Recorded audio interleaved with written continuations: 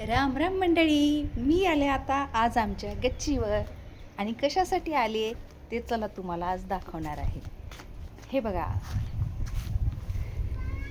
माझ्या या ब्लॉगमध्ये मी स्वतः बनवलेल्या खारुड्या मी आज तुम्हाला दाखवणार आहे. बघा, या पद्धतीनं जर आपण खारुड्या केल्या, आजकाल बघतो आपण बायका जास्त कॅरी बॅगवर खारुड्या टाकतात, मेन कापडावर टाकतात.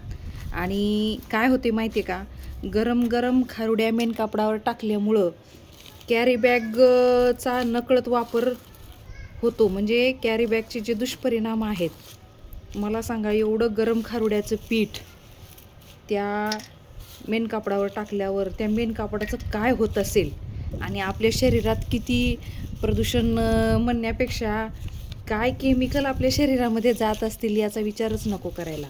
तर मंडळी, मी अशा छान अशा 2 साड्याच केलेल्या आहेत, आणि अशा साड्यांवर मी ह्या खारुड्या घालत असते. आणि ह्या आता वाळून गेलेल्या आहेत, आणि आपल्याला या सहज अशा हाताने निघतात. ह्या आपल्याला न पाणी मारता अशा हातानं काढायच्या आहेत. सोऱ्यानं घातलेल्या खारुड्यापेक्षा असे घातलेले सांडगे मला जास्त आवडतात, बरं का मंडळी. आणि कसं आहे माहिती आहे का, आपण केलेल्या खाद्यपदार्थाला बाजारातून आणलेली अजिबात चव भेटत नाही. आणि म्हणून आहे ना, आपण आपला हात जगन्नाथ म्हणतात ना, ते काही खोटं नाही. म्हणून आपण आपल्या आपल्या हाताने हे करायचं असतं.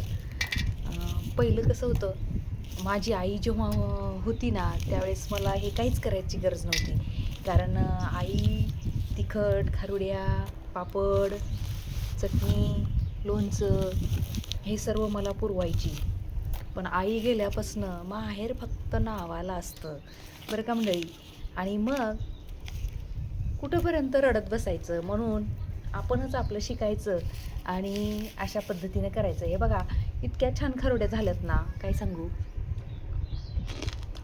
अगदी कुरकुरीत. आणि मला घरी बनवलेल्या खारुड्या माझ्या फेवरेट आहेत. आणि म्हणून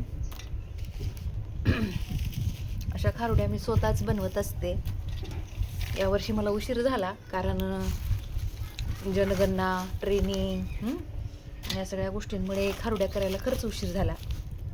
शेवया बनवून आणल्या होत्या, आता फक्त उडदाचे पापड राहिले. जनगणना झाली की उडदाचे पापडसुद्धा मी स्वतःच करणार आहे. कारण दुसऱ्याला पापड देऊन, पैसे देऊन, आपलं पीठ देऊन पापड करून घेण्यात काय अर्थ नाही. कारण आपल्याला माहीत नसतं त्यांचे हात कसे असतात, किंवा किती स्वच्छ आणि किती काळजीपूर्वक त्यांनी केलेलं असतं, हे आपल्याला अजिबात माहीत नसतं. आणि मला काही तसलं आवडत नाही. स्वच्छतेच्या बाबतीत मी कुठलीही रिस्क नाही घेत, आणि म्हणून मला स्वतःलाच करायला आवडतं. हळूहळू करायचं, एवढं काय त्यात, आहे ना, बरोबर आहे ना. तर बघा, मी केलेल्या खारुड्या पहा कशा दिसत आहेत. अगदी कुरकुरीत कणंग झाल्या वाळून. माणूस वाळायसारखं ऊन आहे मंडळी, आणि खारुड्या वाळणार नाहीत असं होईल का? नाही होणार, आहे ना. चला, तुम्हाला बोलत बसली आहे आणि आभाळ आलेला आहे. Bye bye.